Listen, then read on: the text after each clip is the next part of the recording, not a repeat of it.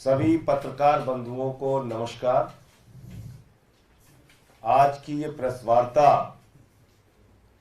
बहुत महत्वपूर्ण है,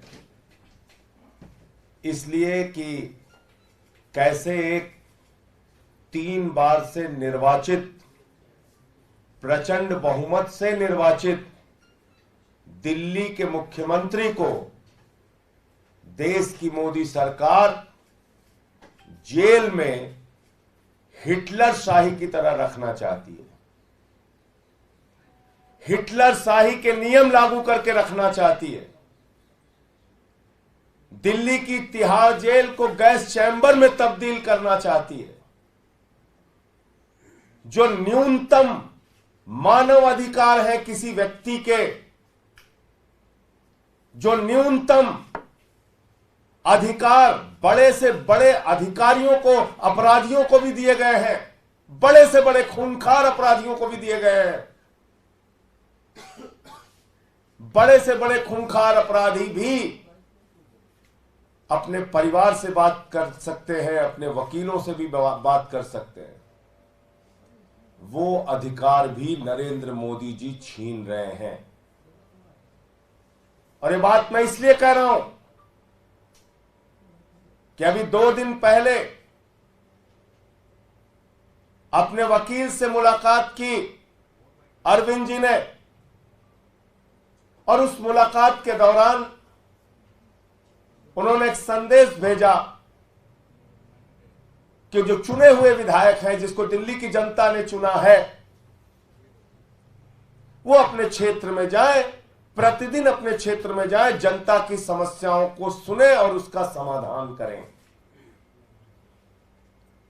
इसमें क्या गलत बात है?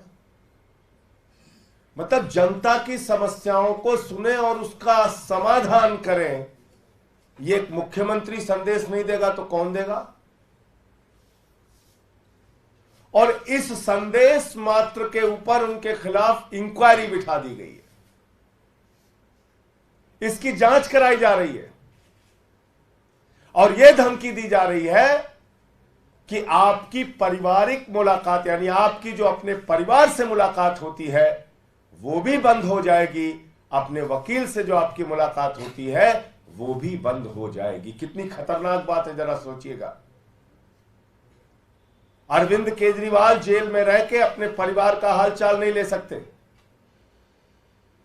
अरविंद केजरीवाल जेल में रहकर अपने बीमार बूढ़े मां बाप का हालचाल नहीं ले सकते।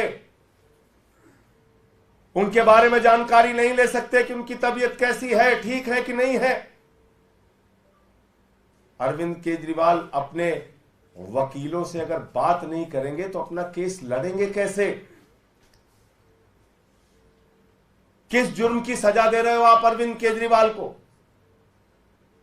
यह कि उन्होंने दिल्ली के 2 करोड़ लोगों की सेवा की, यहां के बच्चों को अच्छी शिक्षा देने का काम किया, मुफ्त बिजली, मुफ्त पानी, मुफ्त बस की यात्रा, मुफ्त तीर्थ यात्रा, बुजुर्गों के चेहरे पे खुशी लाने का काम किया, माताओं बहनों को 1000 रुपए की आर्थिक सहायता देने की घोषणा की। यह उनका अपराध है और इसके कारण आप उनको सजा देना चाहते हैं। लीगल मुलाकात होती है तो आप जान के हैरान हो जाएंगे, 8-10 पुलिस वाले उस लीगल मुलाकात में उनको घेरे खड़े रहते हैं।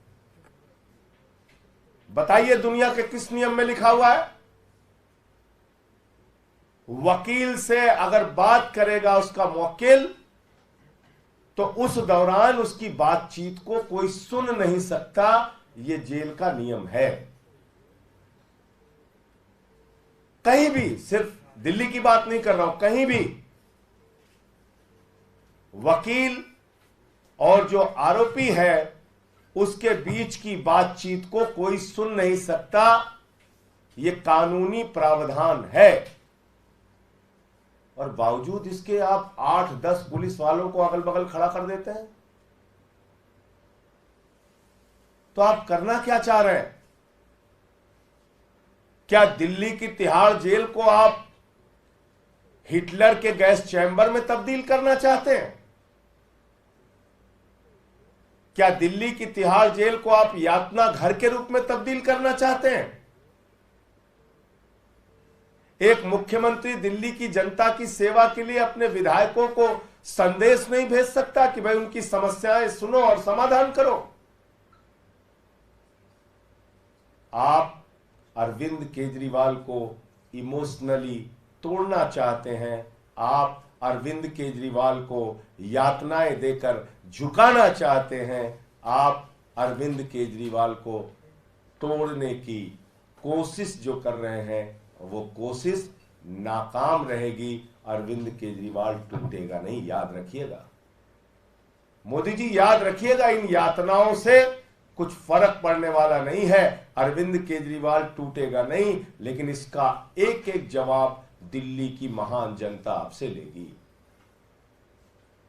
दिल्ली के 2 करोड़ लोग आपसे जवाब लेंगे इसका।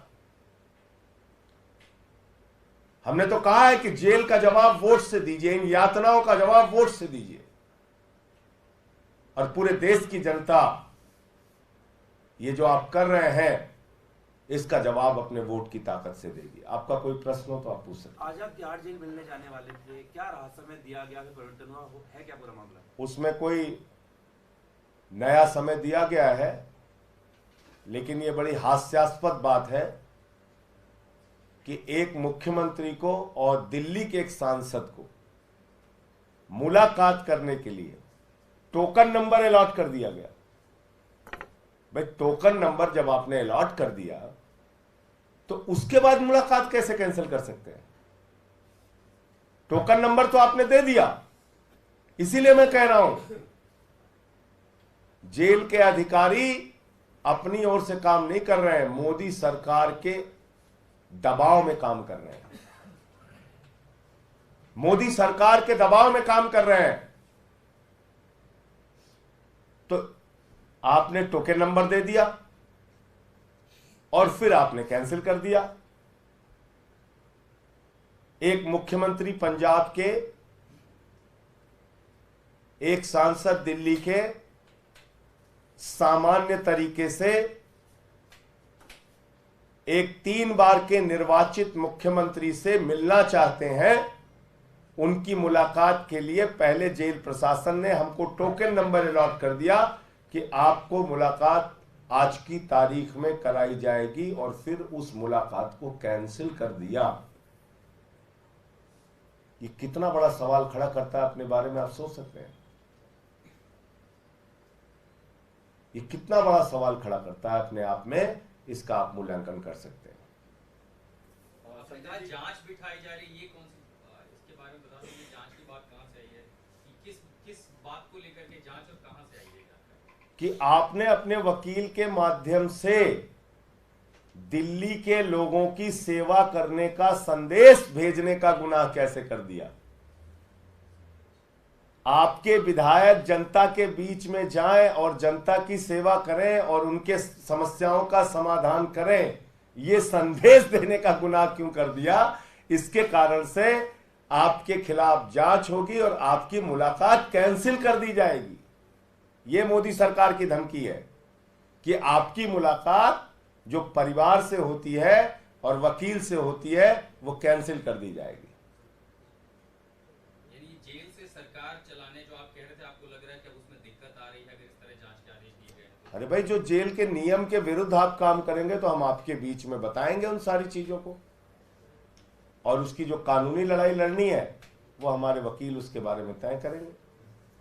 बीजेपी प्रोटेस्ट कर रही है सीएम की स्थिति। बीजेपी का ये कहना है कि जब कल हाईकोर्ट ने सारी दलीलें आपकी जो कोर्ट में देते हैं, बाहर देते हैं, जब खारिज कर दी, तो अब तो नैतिकता के आधार पर आपको इस्तीफा दे देना चाहिए अरविंद केजरीवाल। किसको? मणिपुर वाले मुख्यमंत्री को, कि अजय मिश्रा को, कि पहलवान बेटियों को जो न्याय नहीं दिया उसको? किसको इस्तीफा देना चाहिए? कि 70,000 करोड़ के सिंचाई घोटाले का जिस पे आरोप लगाया उस अजीत पवार को, छगन भुजबल को, हसन मुशर्रफ को? किसको इस्तीफा देना चाहिए? लीडर ऑफ अपोजिशन शुभेंदु अधिकारी को, कि हेमंत बिस्व शर्मा को, जिसके ऊपर शारदा स्कैम और वाटर घोटाले का आरोप लगाया? जमीन घोटाले में जो नारायण राणे शामिल है उसको इस्तीफा देना चाहिए। नैतिकता आप केजरीवाल को सिखा रहे हैं। भाजपाई, एक नंबर के बेईमान, हिंदुस्तान की सबसे भ्रष्ट पार्टी, लाखों करोड़ का चंदा और हेर फेर करने वाली पार्टी, जिन्होंने 15 लाख करोड़ रुपए पूंजीपतियों का माफ किया, जिन्होंने नोटबंदी का घोटाला किया, जिन्होंने बैंक के सेटलमेंट के नाम पे 3,53,000 करोड़ रुपए चंद पूंजीपतियों का माफ कर दिया, जिन्होंने अपने एक दोस्त के लिए, अडानी के लिए हिंदुस्तान की सारी संपत्तियां नीलाम कर दी। बिजली हो, पानी हो, सेल हो, कोल हो, रेलवे हो, एयरपोर्ट हो, पोर्ट हो, सब उसी एक व्यक्ति को दे दिया। वो हमें नैतिकता सिखा रहे हैं। हिंदुस्तान के 82 करोड़ लोग 5 किलो राशन पे जिंदा हैं, और उनका दोस्त प्रधानमंत्री नरेंद्र मोदी का पूरे देश की संपत्ति लूटेगा और 2.5 लाख करोड़ रुपए का कर्जा लेके घूमेगा। हमको नैतिकता सीखनी है भाजपाइयों से, बंगारू लक्ष्मण की पार्टी से। यह सिखाएंगे नैतिकता। उस अरविंद केजरीवाल को जिसने IRS की नौकरी को लात मार दिया, उस अरविंद केजरीवाल को यह नैतिकता सिखाएंगे जिन्होंने 49 दिन की मुख्यमंत्री की कुर्सी को लात मार दिया। 49 दिन के मुख्य, चपरासी की नौकरी कोई नहीं छोड़ता। मुख्यमंत्री बने थे पहली बार दिल्ली के, 49 दिन के बाद लात मार दिया उस कुर्सी को। आज सवाल नैतिकता का नहीं है, याद रखिएगा। बार बार मैं इस बात को कह रहा हूं, याद रखिएगा इस बात को। नैतिकता का सवाल ही नहीं है। नैतिकता का सवाल होता तो सबसे पहले कारगिल के फौजी की पत्नी, जहां पे निवस्त करके घुमाई गई, मणिपुर में दंगे हो रहे हैं 1 साल से, वहां पे इस्तीफा होता। नैतिकता का सवाल होता तो अजय मिश्रा टेनी का लड़का जो 4 किसानों को कुचल के मार देता है, उसका इस्तीफा होता।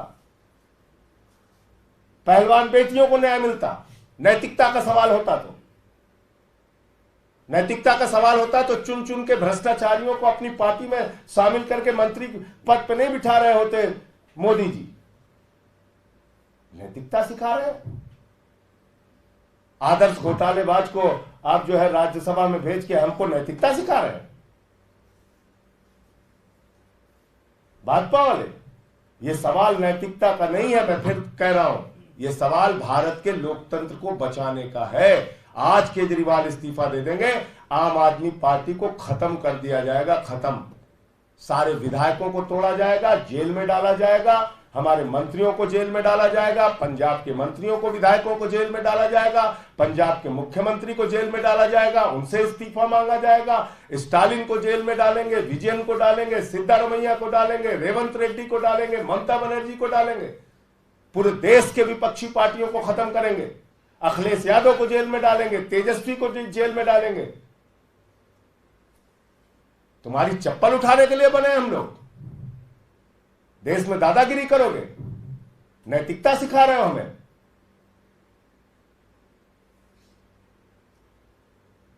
उत्तर भारत के बड़े बड़े नेताओं को, एक आदिवासी नेता को, हेमंत सोरेन को आपने जेल में डाल दिया, अरविंद केजरीवाल को पकड़ के जेल में डाल दिया। कल को सारे विपक्षी नेताओं को 4 फर्जी मुकदमे लगाओ, जेल में डालो, फिर नैतिकता पे बता रहे हो। और उत्तर भारत के लोग इस चीज को देख रहे हैं कि कैसे टारगेट कर करके एक एक नेता को जेल में डाला जा रहा है। हम लोग चप्पल उठाने के लिए बने हैं। संजय भाई, आपके पंजाब के कुछ सांसद हैं और एक रिपोर्ट सामने आई बता रही है कि आपके ये सांसद जब पूरे पार्टी के सभी नेता अरविंद केजरीवाल के समर्थन में तस्वीरें बदल रहे थे, प्रोफाइल लगा के, आपके राज्यसभा के सांसद जिसमें हरभजन सिंह से लेकर के बाकी तमाम वो हैं, कोई एक अब तक सोशल मीडिया छोड़िए पब्लिक प्लेटफॉर्म पर भी केजरीवाल के समर्थन में नहीं आया है। क्या ये सांसद पार्टी के साथ हैं भी? उसके बारे में पार्टी अपने यहाँ बातचीत करेगी। एक आखिरी सवाल, हर तरफ सवाल भी उठ रहे हैं, बीजेपी उठा रही है, क्या दिल्ली सरकार सही तरीके से चल रही है? फॉर्मूला क्या है जिसके तहत अभी चल रही है? अरे गड़बड़ क्या है वो बताइए पहले। चलिए आपसे हम तो पूछ रहे मुख्यमंत्री कौन सा काम नहीं हुआ वो बताइए ना। आप ही कह रहे हैं सर एक चीज बात मैं ये कह रहा हूं, आप ये बताइए कि दिल्ली की जनता का कौन सा काम नहीं हो रहा है, उसका जवाब पूछिए ना। आप पूछिए ना, स्वास्थ्य विभाग का काम नहीं हो रहा है, कि बिजली विभाग का काम नहीं हो रहा है, कि फ्री बिजली बंद हो गई है यहाँ पे, कि फ्री पानी बंद हो गया है, कि फ्री माताओं बहनों की बस की यात्रा बंद हो गई है। आप पूछिए ना, बताइए, बताता हूं मैं आपको। आपको कठिनाई हो रही है सरकार चलाने में? एलजी ने पत्र लिखा है अजय भल्ला जी को, उसमें कहा एक चीज आप बताइए मुझे, कठिनाइयां आप लाख पैदा करते रहिए, दुश्वारियां आप लाख पैदा करते रहिए, उन परिस्थितियों में भी हम लड़ रहे हैं ना, उनसे काम तो कर रहे हैं हम दिल्ली के लोगों का। देश में पर कैपिटा इनकम के मामले में दिल्ली सबसे अग्रणी राज्य है, अग्रणी राज्य। दिल्ली के एजुकेशन व्यवस्था की पूरी दुनिया में तारीफ होती है, दिल्ली के मोहल्ला क्लिनिक और स्वास्थ्य व्यवस्था की पूरी दुनिया में तारीफ होती है। यही मोदी सरकार की किरकिरी है आंखों की, समझ गया? संवाद हो पा रहा है मुख्यमंत्री से संवाद जिस माध्यम से हो पा रहा है, फोन के माध्यम से, परिवार से बात अभी तक जो हो रही है, जिसकी जांच शुरू कराया है इन लोगों ने, उसमें भी अब अड़चन बाधा जो डालेंगे उसकी लड़ाई लड़ेंगे। काम क्या रुक रहा है जनता का, वो बताइए ना। सुप्रीम कोर्ट से आपको क्या उम्मीद है, क्योंकि जो याचिका अब सुप्रीम कोर्ट में डाली गई है कल? देखिए, पहली चीज तो कल से मैं खबर देख रहा था, ये ग्राउंड्स ऑफ अरेस्ट के चैलेंज वाली याचिका थी, लेकिन जो रेगुलर बेल की याचिका है वो याचिका अलग होती है। अब इस पर जो है सुप्रीम कोर्ट में माननीय सर्वोच्च न्यायालय के समक्ष हमारे वकील अपने दलीलों को रखेंगे, केजरीवाल साहब के जो पक्ष में बातें हैं उसको रखेंगे। कल से हमारे मीडिया के मित्र जो एक बात ये चला रहे हैं कि ये हाई कोर्ट का फैसला है, हाई कोर्ट का फैसला है, और कोर्ट के सामने तमाम तथ्य रखे गए, नहीं, कृपा करके अपने आप को सही करिए। 20,000 पन्ने अनरिलाइड अपॉन डॉक्यूमेंट में रखे हैं, 20,000 पन्ने, 20,000 पन्ने, मैं दोहरा रहा हूं आपको, 20,000 पन्ने या उससे ज्यादा डिजिटल डिवाइस को मिला लेंगे तो और ज्यादा। केस को समझिए गहराई से, क्या है केस ये। 456 गवाह है इसमें, 50,000 पेज की चार्जशीट है इसमें, 34 आरोपी हैं इसमें। इसकी पेचीदगियों को, जटिलताओं को समझिए, और इसके अंदर सारे कागजात और साक्ष्य कोर्ट के सामने नहीं रखे गए हैं। मैं बार बार दोहरा रहा हूं इस बात को। सेलेक्टिव तरीके से आपने कुछ बयान कोर्ट के समक्ष रखे जो हमारे खिलाफ दबाव बनाकर लिए गए, यानी कि केजरीवाल जी के खिलाफ या सिसोदिया जी के खिलाफ। मैं अपने बारे में नहीं बोल सकता हूं, नहीं बोलूंगा, लेकिन जो 20,000 पन्ने हैं उसकी सच्चाई बहुत चौंकाने वाली है। ये तो वकीलों के इंस्पेक्शन में पता चला था ना कि 12 बयान में से शरद रेड्डी ने 10 बयान में कुछ नहीं कहा केजरीवाल के बारे में। ये तो वकीलों के इंस्पेक्शन पे, कोर्ट के आदेश पे पता चला था ना कि 10 बयान में बाप बेटे ने 8 बयान में कुछ नहीं कहा केजरीवाल के लिए, मंगुंटा रेड्डी और राघव रेड्डी ने। और जैसे ही नाम लिया वैसे ही बेल हो जाती है। शराब घोटाला, कमल छाप दारू घोटाला, कमल छाप दारू घोटाला, कमल छाप दारू घोटाला भारतीय जनता पार्टी ने किया है। 60 करोड़ रुपए की मनी ट्रेल मिली है और इनके सारे शीर्ष नेताओं से पूछताछ होनी चाहिए। मैं फिर दोहरा रहा हूं, कमल छाप दारू घोटाला जो 60 करोड़ रुपए शरद रेड्डी से लिया गया है पैसा, उसकी जांच होनी चाहिए और इनके सारे शीर्ष नेताओं से ED, CBI, income tax department पूछताछ करे, छापेमारी करे और इनके खिलाफ कार्रवाई करे। आप लोग की सरकार बनी तो आप जांच कराएंगे? जब सरकार बनेगी तो क्या क्या होगा आप ही देखेंगे, हम भी यही रहेंगे, उसकी काहे अभी से चिंता कर रहे हैं। इंडिया गठबंधन की सरकार बनने जा रही है, ये एक्सपोज हुए हैं, इसमें ये जांच होगी 100%।